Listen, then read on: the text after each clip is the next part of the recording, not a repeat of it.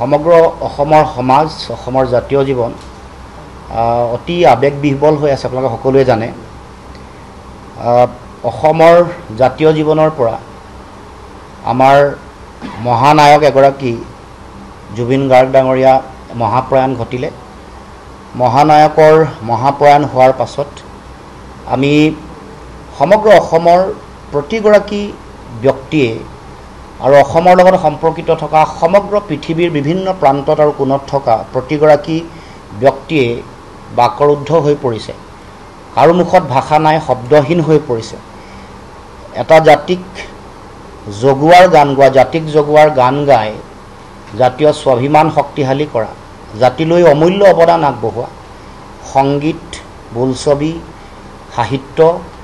সমাজ জীৱন, পৰিৱেশ পাৰিপাৰ্শ্বিকতা, পৰিৱেশ সংৰক্ষণ, জৈৱ বৈচিত্ৰতা সংৰক্ষণ, এটা জাতিক জাতি হিচাপে জীয়াই থাকিবলৈ লগা বিভিন্ন ধৰণৰ মাৰ্গদৰ্শন দিয়া জুবিন গাৰ্গ ডাঙৰীয়া যেতিয়া আমাৰ মাজৰ পৰা হঠাৎ নাইকিয়া হৈ গ'ল, সমগ্ৰ জাতিটো স্তব্ধ আৰু বাকৰুদ্ধ হৈ পৰিলে। গতিকে সেইগৰাকী মহানায়কৰ মহাপ্ৰয়াণৰ আজি এই দিনটোত যোৱাকালি অন্ত্যেষ্টিক্ৰিয়া হৈ যোৱাৰ পাছত আমি আপোনালোকৰ আগত কিছু কথা ক'ব লগা হৈছে। এইটো আমি অত্যন্ত দুখেৰে আৰু আমি যথেষ্ট আবেগবিহ্বল হৈ এই বিষয়সমূহ আমি উত্থাপন কৰিব খুজিছোঁ। এইটো এটা জাতীয় দায়িত্ব হিচাপে, কাৰণ জুবিন দা আমাৰ কাৰণে সম্পদ। জুবিন দা জাতীয় জীৱনৰ আবেগ আৰু স্বাভিমানেই নহয়, তেওঁ জাতীয় জীৱনৰ আবেগ আৰু স্বাভিমানৰ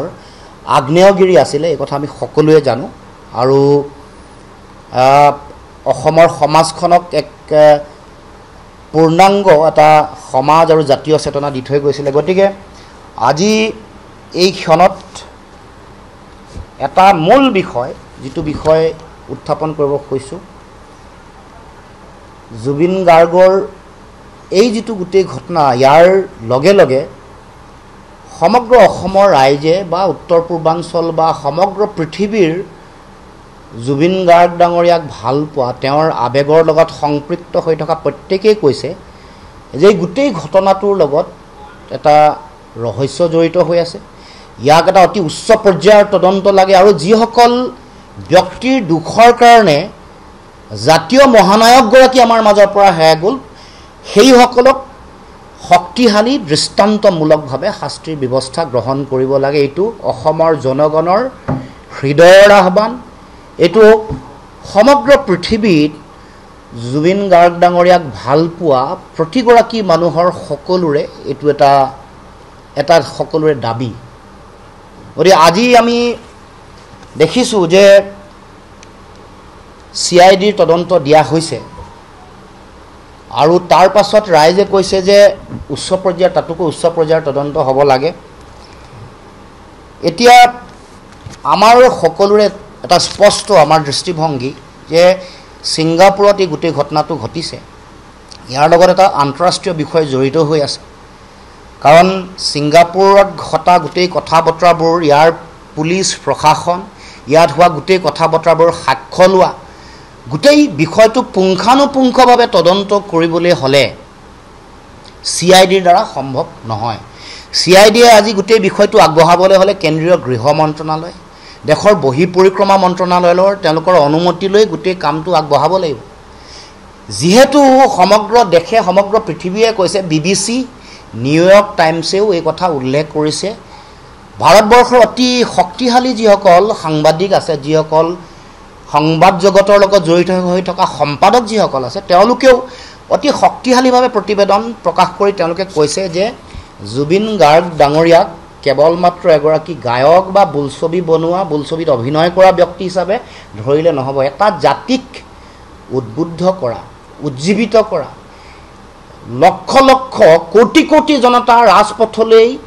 ওলাই আহিব তেতিয়াহে পাৰিব যেতিয়া হৃদয়ৰ লগত, আবেগৰ লগত, সমাজ চেতনাৰ প্ৰতিটো বিষয়ৰ লগত এগৰাকী মানুহৰ উশাহ নিশাহৰ লগত তেওঁৰ আদৰ্শ চেতনা জড়িত হৈ থাকিব। গতিকে আমি আজি এই সংবাদ মেলৰ যোগেদি আমি ক'ব খোজোঁ যে CBIৰ তদন্ত হ'ব লাগে উচ্চতম ন্যায়ালয়ৰ তদাৰকত। এইটো আমাৰ ফালৰ পৰা দাবী উত্থাপন কৰিছোঁ। আৰু শেহতীয়াকৈ আমি দেখিছোঁ যে যিদিনাখন গোটেই বিষয়টো আহিলে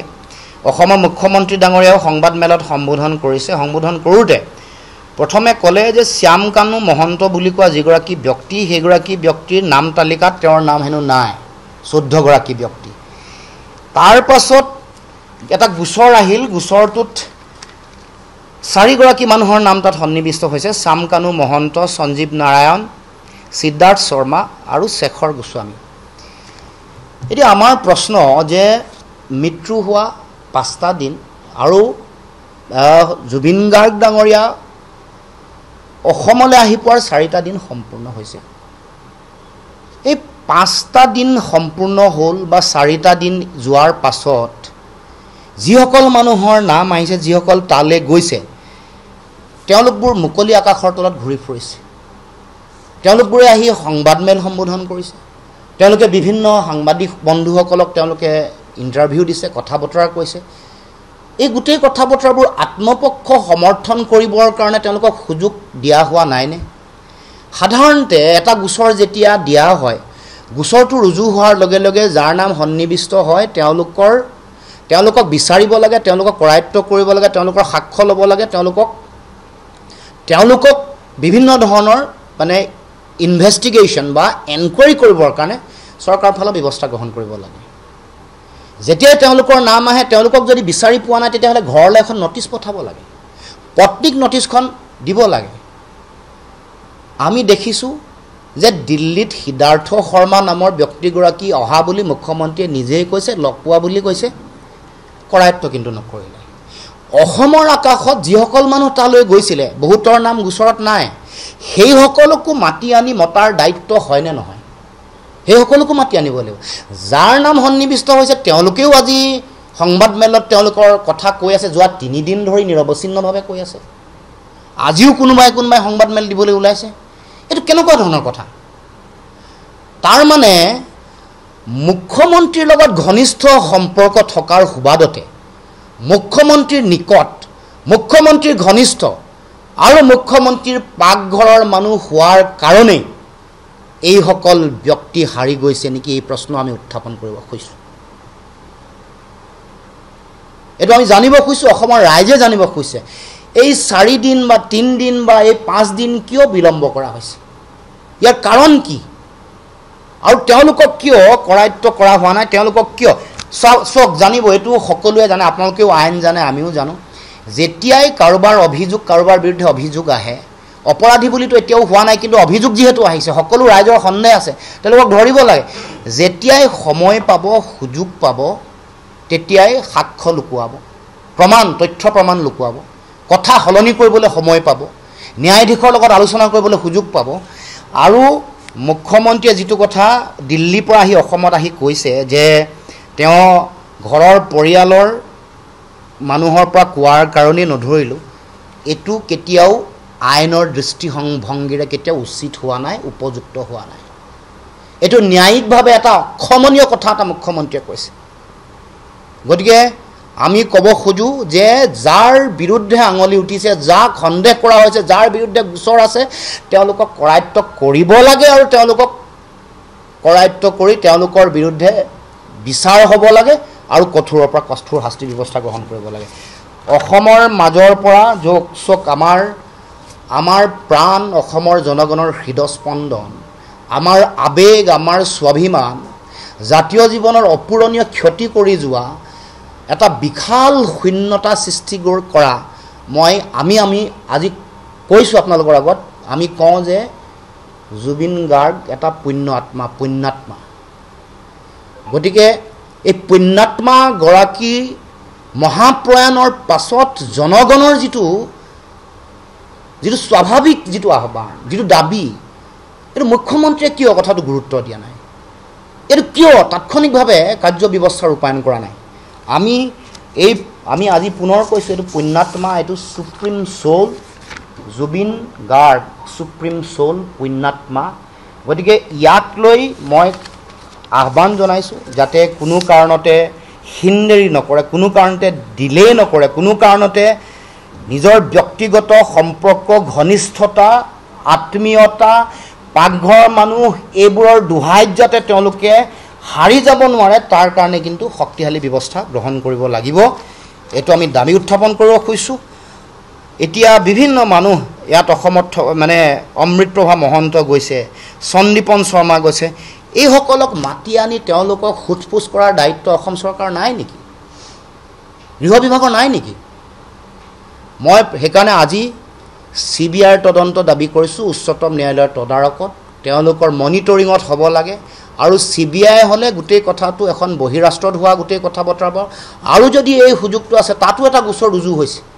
ছিংগাপুৰতো এটা গোচৰ ৰুজু হৈছে। সেই গোচৰটোতো ভাৰত চৰকাৰে দেশৰ প্ৰধানমন্ত্ৰী, দেশৰ গৃহমন্ত্ৰী, দেশৰ বহি পৰিক্ৰমা মন্ত্ৰী, এগৰাকী ৰাজ্যিক মন্ত্ৰী অসমৰে আছে, তেওঁলোকেও ছিংগাপুৰ চৰকাৰৰ লগত কথা পাতিব লাগে। তেওঁলোকৰ লগত কথা পাতি তাত ঘটনাটো যিহেতু হৈছে, প্লেচ অফ অকাৰেঞ্চ বুলি যিটো কয়, য'ত ঘটনাটো ঘটিছে, যিখন সাগৰত হৈছে, যিটো দ্বীপৰ কাষত হৈছে, যিখন ইয়ৰ্টত তেওঁলোক উঠি গৈছিলে, যোনে ইয়ৰ্টখন বুক কৰিছিলে, বুক কৰি যোনে টকা দিছে, যোনে লগত লৈ গৈছে, যোনে লগত খাইছে, যোনে লগত তেওঁলোকক সাঁতুৰিবলৈ তেওঁক কৰিছে, সকলো মানুহ ইয়াত তদন্তৰ আওতালৈ আহিব লাগিব। কোনো এগৰাকী বাচি যাব নোৱাৰে, এইটো স্পষ্ট কথা। অসমীয়া মানুহৰ, অসমীয়া জাতীয় জীৱনৰ আৱেগ জুবিন গাৰ্গ ডাঙৰীয়াৰ এই মহাপ্ৰয়াণক লৈ কোনেও লৰা ধেমালি কৰিব নোৱাৰিব আৰু কৰিবলৈ দিয়া নহ'ব, স্পষ্ট কথা। আৰু তৃতীয় এটা গুৰুত্বপূৰ্ণ বিষয়, এইটো মই উত্থাপন কৰিছোঁ, চৰকাৰকে আহ্বান জনাইছোঁ। আপোনালোকেও বিভিন্ন সময়ত বাতৰি পৰিৱেশন কৰিছে, জুবিন গাৰ্গৰ মৃত শৰীৰটোত যেতিয়াই চাইছে যে নীলা, উঠ নীলা, তেওঁৰ ভৰিৰ আঙুলি, বুঢ়া আঙুলি পিটিকি দিওঁতে নীলা হোৱা, বা বিভিন্ন ভৰিৰ তলুৱা পিটিকি দিওঁতে নীলা ৰং এটা দেখা পাইছে। আমি সেইকাৰণে চৰকাৰক আহ্বান কৰিছোঁ যে আপোনালোকে এতিয়া চিতাভস্ম সংগ্ৰহ কৰিছে, তাত নিশ্চিতভাৱে তেওঁৰ হাড়, অস্থি পাব। দুই এটুকুৰা অস্থি যাতে সংগ্ৰহ কৰি ৰাখে আৰু ফৰেনচিক লেবৰেটৰীলৈ যাতে পঠায়। সাধাৰণতে নীলা যেতিয়া হয় তেতিয়া তাত কোনোবাই পয়জন দিয়াৰ পূৰ্ণ সম্ভাৱনা থাকে, মানে বিষ পান কৰা, পৰিকল্পিতভাৱে বিষ দিয়া শৰীৰ নীলা হয়। সাধাৰণতে এনেকৈ নীলা হোৱা শৰীৰ লিড, LEAD, লিড বুলি যিটো কয়, সেই লিড নামৰ বিষাক্ত ৰাসায়নিক পদাৰ্থবিধৰ উপস্থিতিৰ কথা গম পোৱা যায়। সেইকাৰণে মই এইটো বস্তু ফৰেনচিক লেবৰেটৰীলৈ পঠাব লাগে, সংগ্ৰহ কৰিব লাগে হাড় কেইটুকুৰামান, আৰু স্পেক্ট্ৰস্কপি যদি কৰে ধৰা পৰিব। কাৰণ কোনটো পৰ্যায়ৰ লিডৰ, কোনটো পৰ্যায়ৰ ৰেডিয়েশ্যনৰ গোটেই কথাটো হাড়ত যেতিয়া স্পেক্ট্ৰস্কপি কৰিব, এই কথাটো ধৰা পৰাৰ পূৰ্ণ সম্ভাৱনা আছে। মোতকৈ বেছি জানিব যিসকল বিশেষজ্ঞ আছে, কিন্তু মই ভাবোঁ, কাৰণ আপোনালোকে জানে যে 1821 চনত যেতিয়া নেপোলিয়ান ঢুকাইছিলে, নেপোলিয়ানৰ চুলিৰ নমুনা সংগ্ৰহ কৰি ৰখা হৈছিলে। সন্দেহ কৰা হৈছিলে যে নেপোলিয়ানক হত্যা কৰিছে পৰিকল্পিতভাৱে, আৰু পিছত আৰ্ছেনিক তেওঁৰ চুলিত উপস্থিতিৰ প্ৰমাণ পাইছে। গতিকে মই মুখ্যমন্ত্ৰীক বিষয়টো যিহেতু অভিযোগ আহিছে,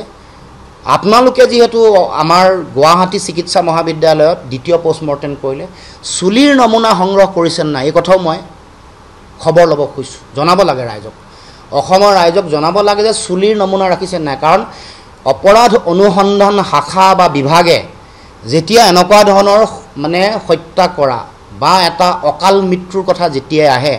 এইবোৰ মেজাৰ্ছ ল'ব লাগে। আমি অসমৰ ৰাইজে জানিব খুজিছে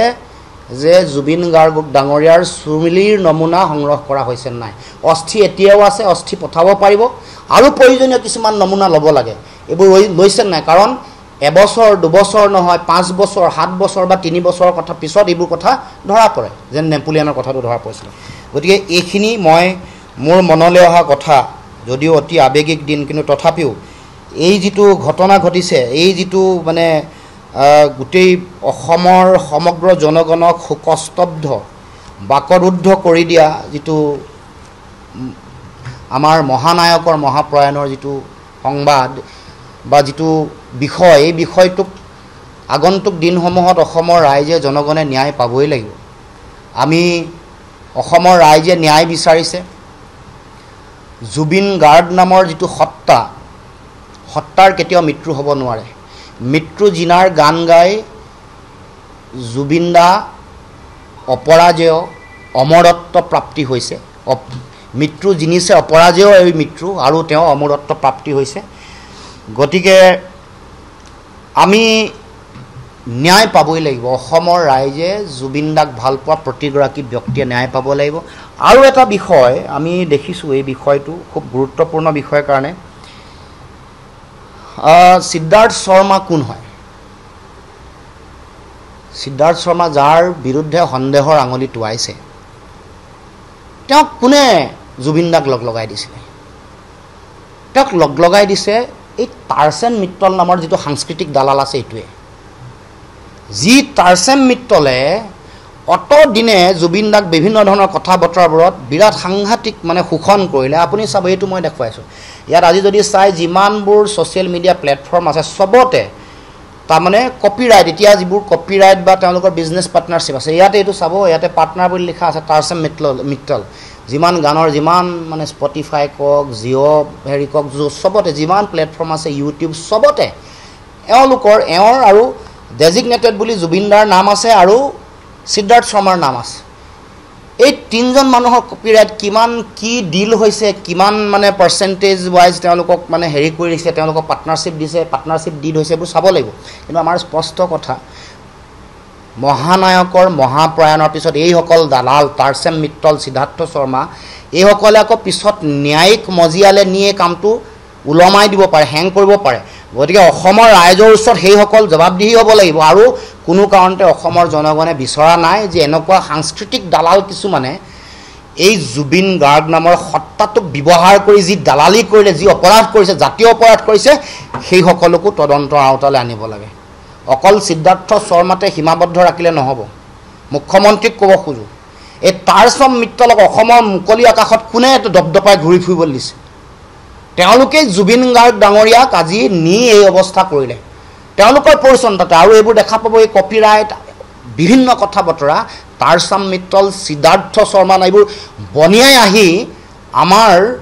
জাতীয় স্বাভিমান আৰু জাতীয় সত্তাটোক এনেকুৱা ধৰণৰ এটা পৰিৱেশৰ মাজলৈ ঠেলি দিলে গতিকে মই বিনম্ৰতাৰে আহ্বান জনাইছোঁ মই দেশৰ প্ৰধানমন্ত্ৰীৰ প্ৰতি মোৰ বিনম্ৰ আহ্বান যে আপুনি দেখিছে যে অসমত কি চলিছে অসমত জুবিন গাৰ্গৰ মহাপ্ৰয়াণত কেনেকৈ লক্ষ লক্ষ কোটি কোটি জনতা আহি এই যাত্ৰাত সামিল হৈছে তাৰপিছত সেই কথা উপলব্ধি কৰাৰ পাছত আপুনি আপোনাৰ দায়িত্ব যিটো আছে সেই দায়িত্ব পালন কৰক বিশেষত ইয়াৰ লগত জড়িত অপৰাধী ইয়াৰ লগত জড়িত হৈ থকা যিসকল ব্যক্তি আছে সেইসকলক কঠোৰৰ পৰা কঠোৰতম শাস্তি দিবৰ কাৰণে ব্যৱস্থা গ্ৰহণ কৰক CBIৰ তদন্তৰ বিষয়টো উদ্যোগ লওক উচ্চতম ন্যায়ালয়ৰ তদাৰকৰ কথাটো গুৰুত্ব সহকাৰে লওক আৰু অসমৰ জনগণৰ এই আৱেগক প্ৰকৃত মূল্যায়ন কৰক আৰু ন্যায় দিয়ক যিসকলৰ বিৰুদ্ধে অভিযোগৰ আঙুলি উঠিছে যিসকলৰ বিৰুদ্ধে গোচৰ আছে যিসকলৰ বিৰুদ্ধে গোচৰ ৰুজু কৰা হৈছে গোচৰ মানে ৰেজিষ্ট্ৰেশ্যন কৰা হৈছে পঞ্জীয়নভুক্ত হৈছে আৰু যিসকল ব্যক্তিৰ নাম আহিছে তেওঁলোকে কেনেকৈ মুকলি আকাশৰ তলত ঘূৰি ফুৰিছে ইয়াৰ কাৰণ সেইসকল ব্যক্তিৰ মুখ্যমন্ত্ৰীৰ লগত থকা ঘনিষ্ঠতা নেকি নিকট নেকি তেওঁলোক পাকঘৰৰ মানুহ নেকি এইবোৰ কথা তেওঁলোকৰ যিসকল তেওঁলোকৰ পৰিয়ালৰ মানুহ অতি গুৰুত্বপূৰ্ণ অসমৰ বিশ্ববিদ্যালয়ৰ উপাচাৰ্য কোনোবা আগৰ DGP তেওঁলোকো ভাল ভাল অফিচিয়েল দায়িত্বত আছে বিভিন্ন ধৰণে সম্পৰ্কিত এইবোৰ কথা আপোনালোকে জানে মই আজি নাম ক'ব খোজা নাই কাৰণ গোটেই বিষয়টো ৰাইজক ন্যায় দিয়াৰ দায়িত্ব চৰকাৰৰ এতিয়া শ্যামকানু মহন্ত বুলি কোৱা যিগৰাকী মানুহ তেওঁ ছিংগাপুৰত আছে ছিংগাপুৰত তেওঁক কিয় বন্দী কৰি ৰখা হোৱা নাই তেওঁক তাত কিয় বা তেওঁক আনিবলৈ কিয় ব্যৱস্থা কৰা হোৱা নাই তেওঁ পলাত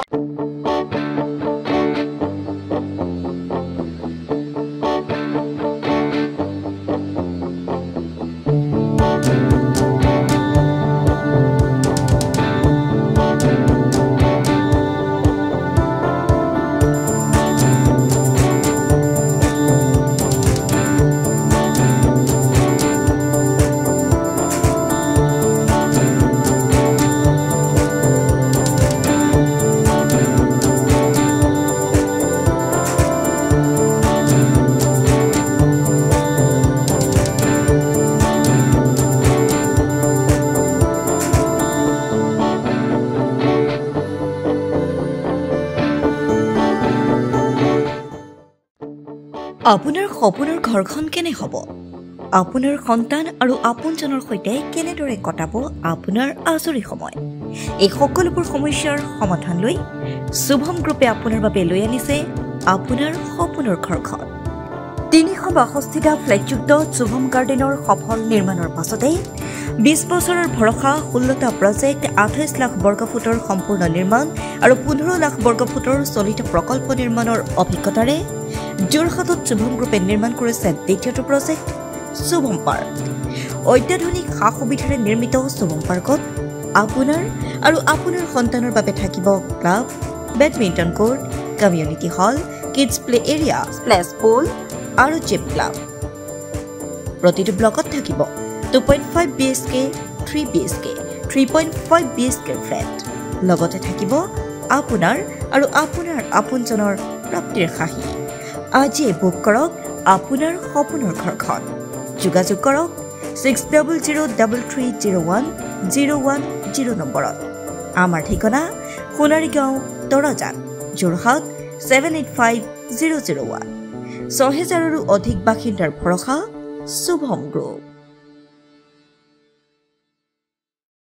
যোৰহাটৰ প্ৰথমখন NABH স্বীকৃতিপ্ৰাপ্ত চিকিৎসালয় এজে নাৰ্ছিং হোমত নৱসংযোজন কেটলেব। 96খন বিচনাযুক্ত neurology, nephrology, urology, medicine, OBSN, gynaecology, orthopaedics, paediatrics, cardiology প্ৰতিটো বিভাগৰে নিয়মীয়া OPDৰ লগতে ডায়েলিচিছৰ সুবিধাযুক্ত চিকিৎসালয়খনত সংযোজন কৰা হৈছে হৃদৰোগীসকলৰ বাবে অত্যাধুনিক কেটলেব,